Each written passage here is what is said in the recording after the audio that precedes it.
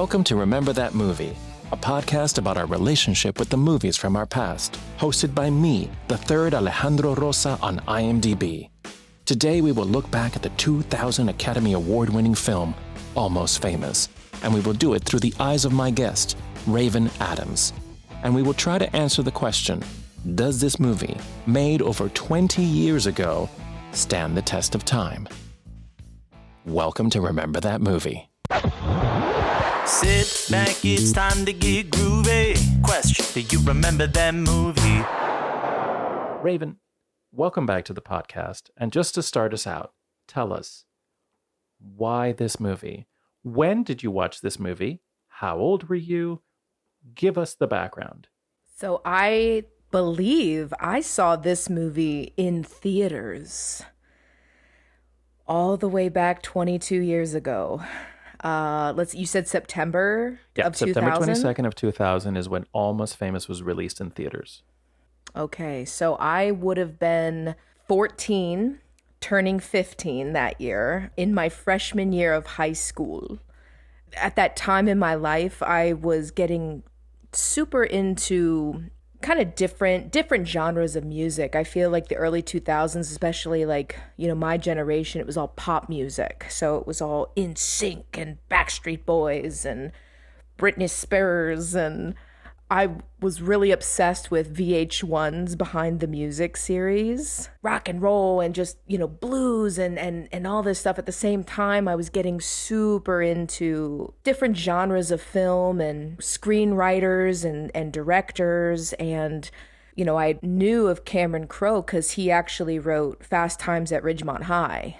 And so I remember, this movie came out and it was about, this kind of up-and-coming 70s rock and roll band. And I just remember it featured so many different artists that I had just really been getting into and, talking to a lot of like family members about, like my uncles and my, my mom, and just during that time. So I just remember it blew me away. I really, really loved it. I loved the story. I loved what it was about. I loved that it was sort of almost like a love letter in a sense of being what it's like to be a fan of music, what it's like to be a fan of anything, really. I feel like you were the perfect age for this movie. Because, our lead character, for those of you who, it's 22 years old. All right. For those of you who missed, spoiler alert. We're going to have a lot of spoilers. So if you haven't watched Almost Famous, maybe go watch it and then listen to us, because we're going to just kind of give away the whole plot. Young man getting into, sort of stumbling into the music industry and suddenly finding himself with a rock band and essentially on tour and all of that. Pretty much most teenagers' dreams.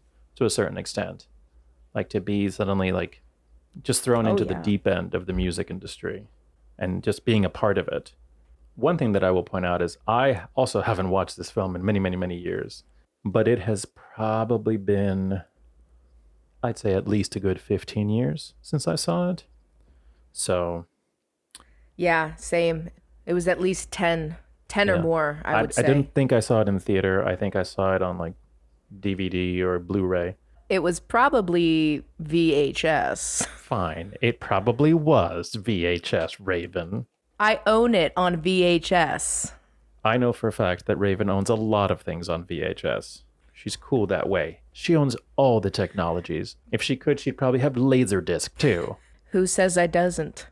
So, this movie's full of incredible actors. Frances McDormand, yes. Philip Seymour Hoffman, Kate Hudson, Billy Crudup, Jason Lee, Anna Paquin. Eric Stonestreet is even in this one before he was Eric Stonestreet. Yes. Rainn Wilson is in this one before he's Rainn Wilson. We have a young gentleman played by Patrick, is it Fugit? I think it was Fugit. Fugit.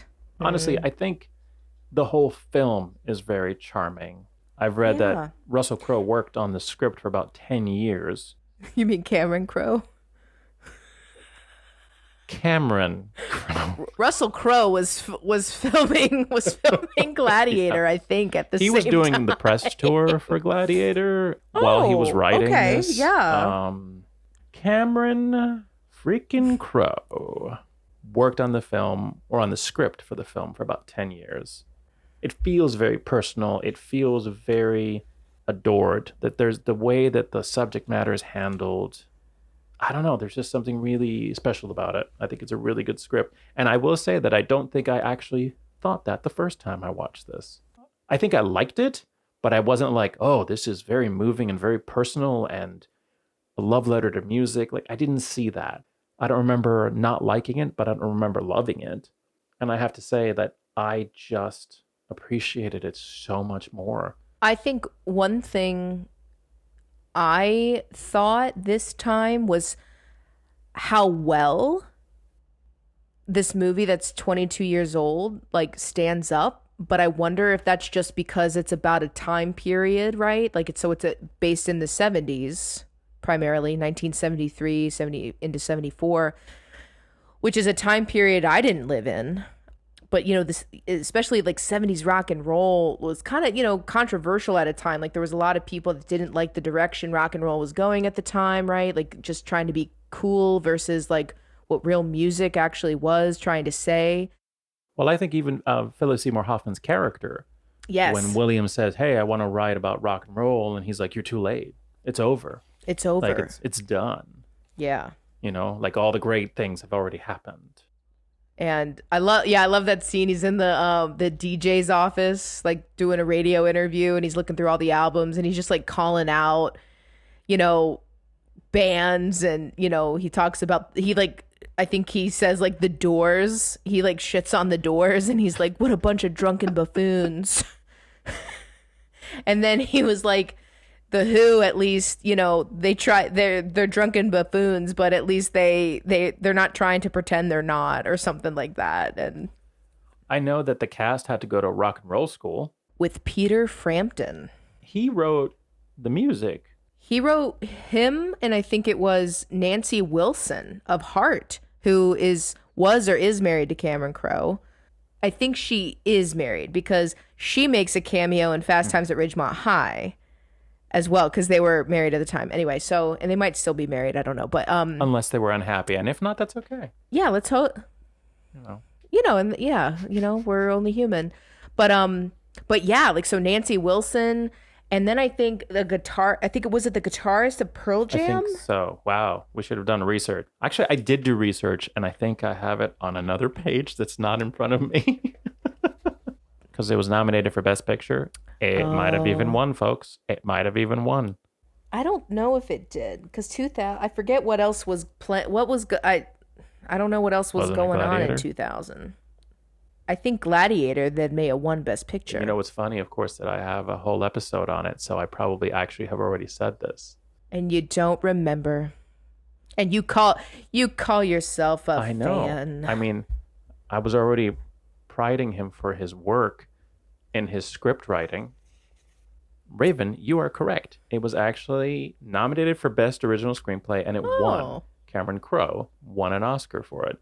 It was also nominated for Best Film Editing, and both actresses were nominated for Best Supporting, Frances McDormand and Kate Hudson. That's right. I remember her being nominated and it kind of being a big deal, because this was kind of like her breakout role. Like, oh, this is, you know, Goldie Hawn's daughter. Not only was it this super popular film, so she got that exposure that way, but then she gets an Oscar nomination at, what is she, 20 at the Academy Awards at that point? Even though Anna Paquin could be like, ugh, I got my Oscar years before that. Now I'm just doing these silly films because, you know, they land on my desk. One thing I had written down when watching it was, I just wrote the acting. So you have like a lot of like these seasoned actors with a lot of these new actors, right? Like, so Philip Seymour, this was Patrick Fugit. We really we'll never know. Sorry, Patrick. I apologize, Patrick, about this. You were really good. You were really good. Yeah, we all really agree. Great. You were fantastic. Yeah. Fantastic. But, you know, like, this is like his kind of first film. I don't know if it was Kate Hudson's first, but I know it was like her breakout role. But I thought the casting was actually quite brilliant in that regard. I would have felt so freaking intimidated on that set. I think the scene where I think I wrote the acting down was sort of like when William he gets backstage with Stillwater and he's talking with Penny Lane, and up walks Russell, the guitar player, Billy Crudup, and William is innocently like introducing the two of them, and they clearly know each other. And there's that, like, so they're making like they don't know each other, right? And so you can just see like how she conveyed this ray of emotion. I just thought was so beautiful how she did that, like so subtle, like as tears kind of come to her eyes, because she obviously, like, I would say loves this man, but it's sort of complicated knowing like what she is and who he is and all this stuff. But I just thought that was really, really, really, really good. Do you feel like we never actually learn everything about Penny Lane? Because I feel like of all the characters, she kind of still ends up a mystery even in the end. Like, we only get a little bit of who she is and what she's going through. Right, like whatever her story is. I totally forgot about her with the Quaalude. Me too.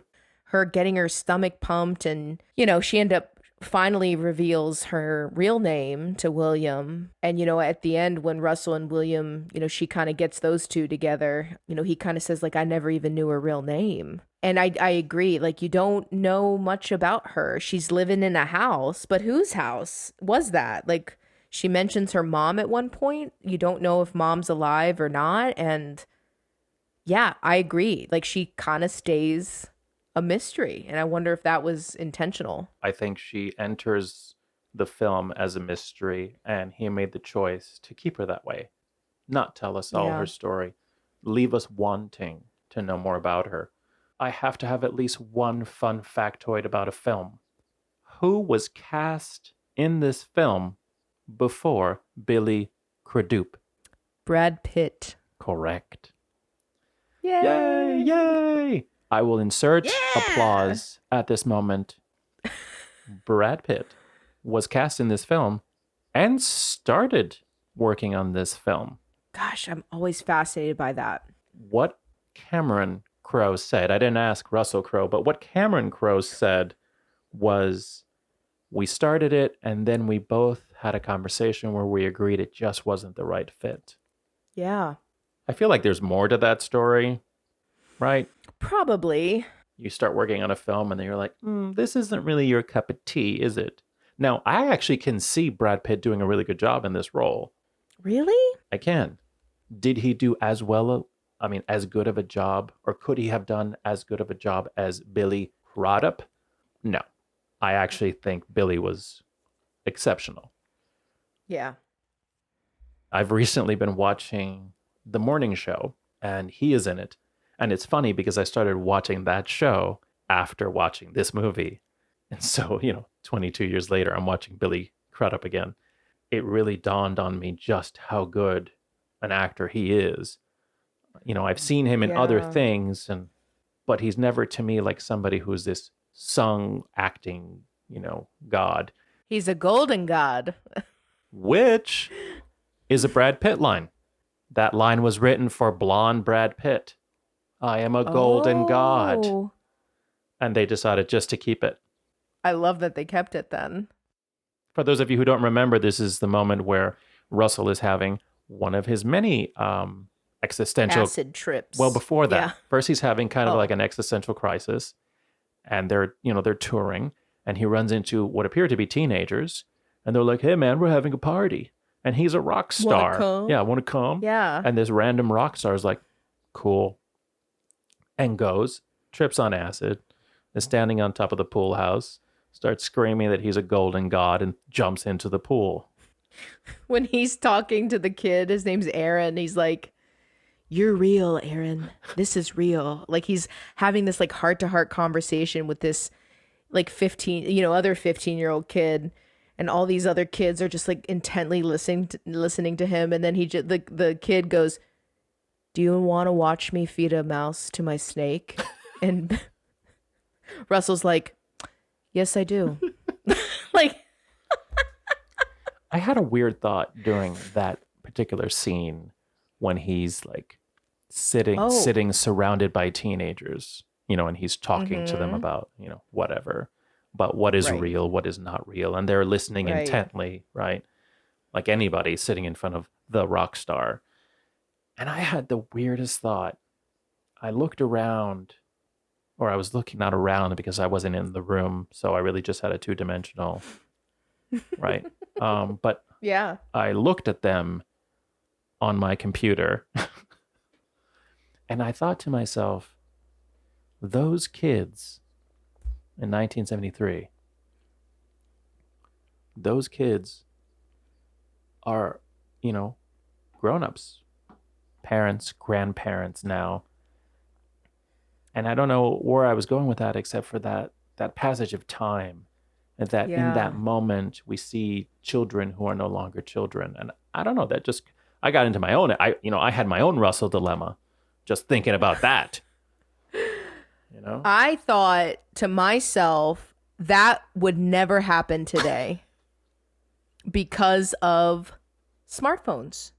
There'd be video. There'd be video of that. Like, this famous musician, like Dave Grohl came and partied with us. Yes. People wouldn't believe you, right? Because if you don't have video or photos, it didn't happen. But now I don't think any like celebrity, musician, artist, whatever, would ever do that because it would be blasted all over Twitter the next day. Yeah. Well, even I think that makes me think of Bill Murray, who is well known for making like cameo appearances in people's weddings or, whatever. He just shows up. Eating their sandwiches. Yeah. I thought it was fries. Whatever. It was something. It doesn't matter. He ate something. It doesn't matter. Okay. So for anybody who doesn't know the story, there's this story that goes around saying that somebody was like having lunch and out of nowhere, Bill Murray comes over, walks over to his table and like takes a little bit of his food. I read it was fries. Raven has read it was a sandwich. And takes it, stands there, eats whatever, and then looks at him and says, "No one would ever believe you," and then leaves. Brilliant. Yeah. Which is fantastic. Which, by the way, full circle, reminds me of a Brad Pitt story. When Brad Pitt he did Legends of the Fall and Interview with a Vampire. And both of those films came out almost back to back. There was a magazine called Premiere Magazine. It was a movie magazine. It was like Entertainment Weekly, but even fancier. And because I was a movie nerd, not anymore, of course, since now I have a podcast about it. But when I was a movie nerd, I had a subscription and I read this article about this man who I'd never heard of. And the whole point of the article was that this was the last time he probably wasn't going to be a movie star. And he was living in like a crappy apartment with a beat up car. And he had like no furniture. And he had chameleons for some reason. But what I remember was he talked about poverty and being really poor in Los Angeles and doing random stuff, like ridiculous stuff. And one of them was he totally jumped out of his car, went to an outdoor seating area and grabbed half of a guy's sandwich and then ran away. That's in there. You can read it in Premiere Magazine, which is no longer published. Who was that? Brad Pitt that did I'm sorry. Did I forget to say that? Yes, it was Brad Pitt. I think you... Yes. I'm really rocking this. Let me try that story again. That reminds me of a Brad Pitt story. So... Well, maybe that was Bill Murray's sandwich. Maybe that happened. Brad Pitt did this to Bill Murray. And that's why, like, now Bill Murray is just trying to avenge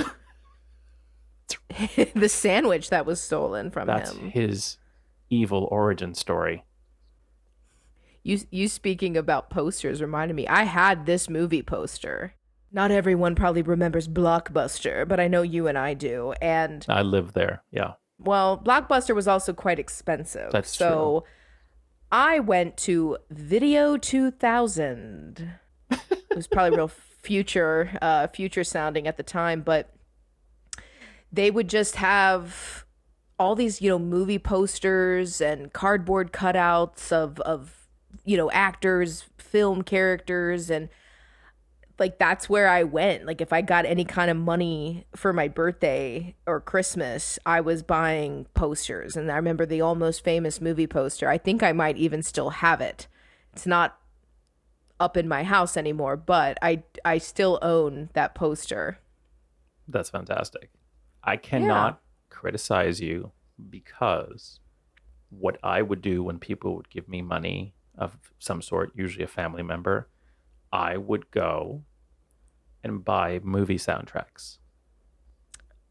Yes, that was another thing I did too. And folks, let me just say I wasn't buying movie soundtracks like Almost Famous. I wasn't buying movie soundtracks that actually had like rock and roll or anything. No. I would buy the orchestral soundtracks, The film scores, yeah. because, and I remember this, I would run to the mall and go to, and yes, I'm dating myself, the cassette store, right? The music store was cassettes. They had some CDs, but I didn't have a CD player. At some point, my sister got one, and I thought that was pretty cool. I wasn't allowed to touch it. And so I would run, usually right after I'd seen a movie, I would run to the music store if I had money, and I would get the soundtrack. And then I would run home to my room that my mother at some point painted baby blue when it was way too late because I was much older than anybody with a baby blue room. And I had a double cassette stereo system. That's awesome. And I would put it in and I would lay down on my bed, close my eyes, listen to the soundtrack, and try to remember every piece of the movie wherein the music took place. Yes. I would do that. I would go usually, so we had a Regal cinema, and right in that same sort of shopping area we had a Barnes and Noble. And this was back when in the music section of Barnes and Noble they had little stations with headphones, and you could either, I think, scan the CD and it would populate it on the computer, I guess, that it was using, and you could sit in there listening to it on these headphones. And I would do the exact same thing to like go and like listen to the soundtrack of the movie that I just saw. This is a great segue to Tiny Dancer. Beautiful segue. This is probably, I think, the most iconic scene in this. It's such an incredibly beautiful scene.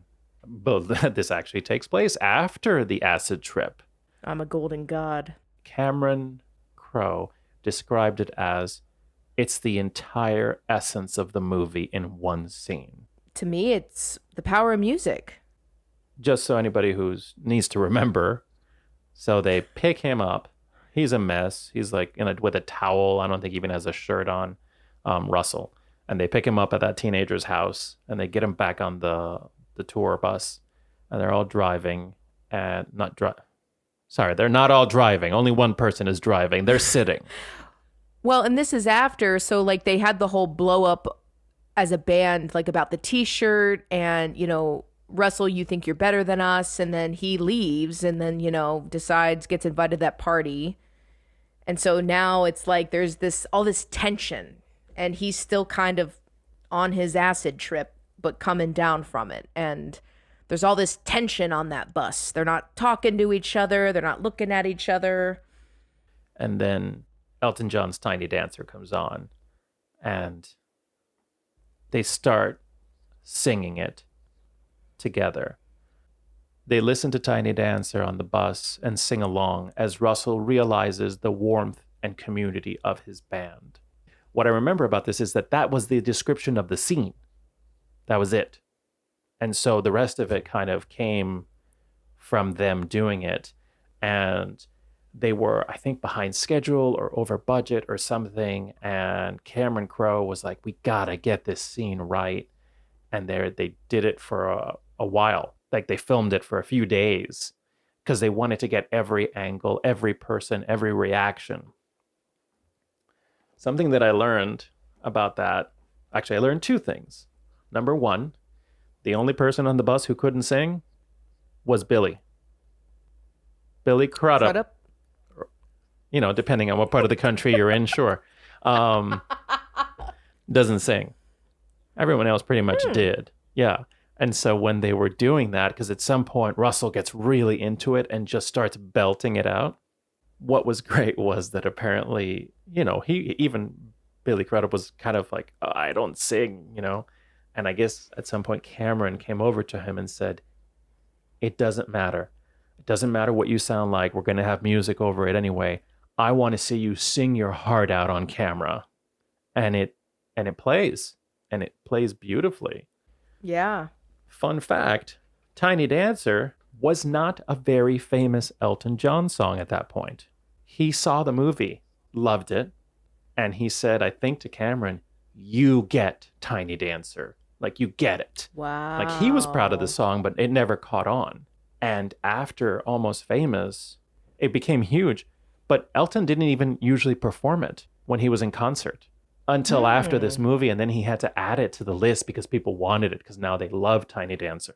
While watching that scene, I was reminded of, there's a quote in Wayne's World. Garth and Wayne are playing, you know, street hockey, you know, just kind of talking about their show and blah, blah, blah. And Wayne goes, well, you know, I mean, Led Zeppelin didn't write songs that everyone liked. They left that up to the Bee Gees. And I would say, and also Elton John. Yeah. Like who doesn't sing like to Elton John when Elton John plays? Like, I love that song. That's a fantastic song. And I remember hearing that too, like when it was on this Almost Famous soundtrack, like it kind of got popular for the first time since he had written it in the 70s. I can't not hear that song now and not think of Almost Famous. That's amazing. Just to correct myself, because I'm really good at making mistakes, the bus scene was filmed for 2 days. They spent 2 whole days filming that tiny scene because they wanted to get it just right. And probably my last factoid. No, there's probably one more. My second to last factoid. Kate Hudson has a line that I think they even used in the trailer when William is in that scene and he's like, I need to go home. And Kate Hudson turns to him and says, you are home. You are home. Yeah. Improv'd. Wow. She just threw it in there. Yeah. Which is brilliant. Brilliant. Yes. Again, no wonder she got nominated for an Academy Award. She's just brilliant. Well, and I think going back like to what we were saying, like to me, that's the power of music, is how it's one of the only things I feel that doesn't seem to divide people. It unites people and it heals people. And it brought that whole bus of people together after some really awful things had been shared and brought to light. And to me, it's such a bigger metaphor for the power that music has. Final thoughts. Number 1. Having seen this film so many years ago and it meaning so much to you then, what does the Raven of today, what is her review of Almost Famous? Does it stand the test of time? I think it does. Again, because I think it's about a time period in the 70s and it's featuring like 70s rock. Like, who didn't want to be in a band, a rock and roll band in the 70s? Like, it's a thing of mysticism, and when you think rock and roll, typically, I think a lot of people go back to 60s and 70s. 60s and 70s, right? That was the big time. Right. I mean, so many artists even today that are trying to do rock and roll or are doing rock and roll get kind of always compared to artists in the 70s. So I I think it does. I think it does kind of stand the test of time. I think there's a line towards the end, and I'm going to mess up her name. Her character's Sapphire, I think, and is it Feruza Balk? Yes, I'm very sorry to have forgotten to mention her, Firuza Balk. And I love when she's talking with Russell, and because there's that whole part, right, where basically like William finally like kind of tells Kate Hudson, he tells Penny Lane, because she's like admitting like she's, she loves Russell, he loves her, and he kind of reveals like, but like he sold you to another band for $50 and a case of beer. And you can kind of just see the drain from her face. And I love when she says, "What kind of beer?" Like, it's just, it's so heartbreaking in that kind of use of humor. But then Russell's then finding out about her Quaalude overdose and that she almost died. And if it wasn't for William, she would have died. And you kind of see his realization. And anyway, Firuza Balk, she has this line, I actually wrote this down. She goes, to be a fan is to truly love some silly little piece of music or some band so much that it hurts. It's not always rational or practical to be a fan, but it's something that's also so emotionally honest and genuine for somebody. And like, Lester Bang towards the beginning says, music chooses you. And I love that. I love that line as well. It talks about the human elements, the honesty elements, the power that music has, how it changes you, how it inspires you. That's our hope, right? That these artists that we love and their art inspires us, we want them to keep making art. I don't know. I think it does still stand up. I think I was really glad that I found this movie again, because I was just so reminded why I loved it so much then. And I feel like I even love it more now, like for even maybe some slightly different reasons, but honestly still the same too. Yeah. I mean, you kind of said it at the beginning. You saw different layers that you didn't catch before. The love level might be the same, but maybe it's a little bit more maybe your relationship with it is a little bit more complex now than it was. Yeah. Any negative or cringe moments in the film? Any moments that you were like, ugh, I don't know if I love that? I think definitely that poker game where the road managers of all these bands are playing poker, and basically they're wagering these women as the bet. And these women are being sold. Are they okay with that? Do they know that that's happening? Or is it just, hey, you're not gonna, be on, tour with Stillwater anymore. You're going with Deep Purple. And it's like, did they have a say in that? So I really didn't, I understand maybe why it's in there, but that was a very big cringeworthy moment of just, I don't like how that makes me feel. I think another thing I looked at was there was very little diversity in the film. I mean, in the 70s, you still had other artists, like you had artists of color, and I wish like that would have been part of this more. Because Ike and Tina Turner, Chuck Berry. I think a lot of people think of Chuck Berry as like 50s and 60s, but he did a lot in the 70s too. And I don't know, I kind of wish like it just would have been a little bit more diverse in terms of, but I just noticed that. I was like, wow, there's really not a lot of like everyone's white. Sometimes we see that in that time period, not the 70s, but the 2000s. Just for concluding thoughts, Raven, why do you like this movie so much? The power of music, how music inspires people, how it teaches you things about yourself, how it can bring people together. Music often has the power to convey emotion at times when words do not. Music allows people to feel things, I think, sometimes that you can't even put a label on. why do we like the music that we like? Why does it resonate with us? Why does it speak to us? It just does. You can't always explain why you love something or how it connects with you, and just loving that through that part of you through music. One of my favorite sort of lines, I think, is from Penny Lane when she says, and if you ever get lonely, you just go to the record store and visit your friends. And to me, that's what the movie's about. Raven, thank you so much for coming on to the podcast again.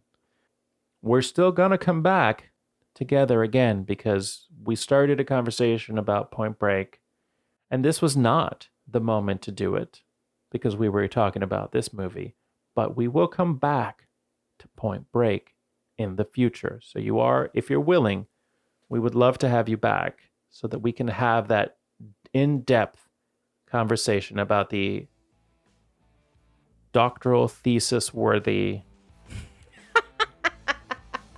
brilliance. Yeah.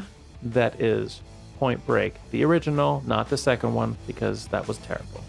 No, that one doesn't exist in my world. They didn't ask me if that was okay to do, because I would have told them the truth. But yeah, no, I would love to come back. I would love to talk about Point Break, and honestly, it's a moral imperative at this point. Yes. We owe it to the fans. To the fans. To the fans of Point Break and to the fans of this podcast. Exactly. We owe it to you. You're welcome in advance.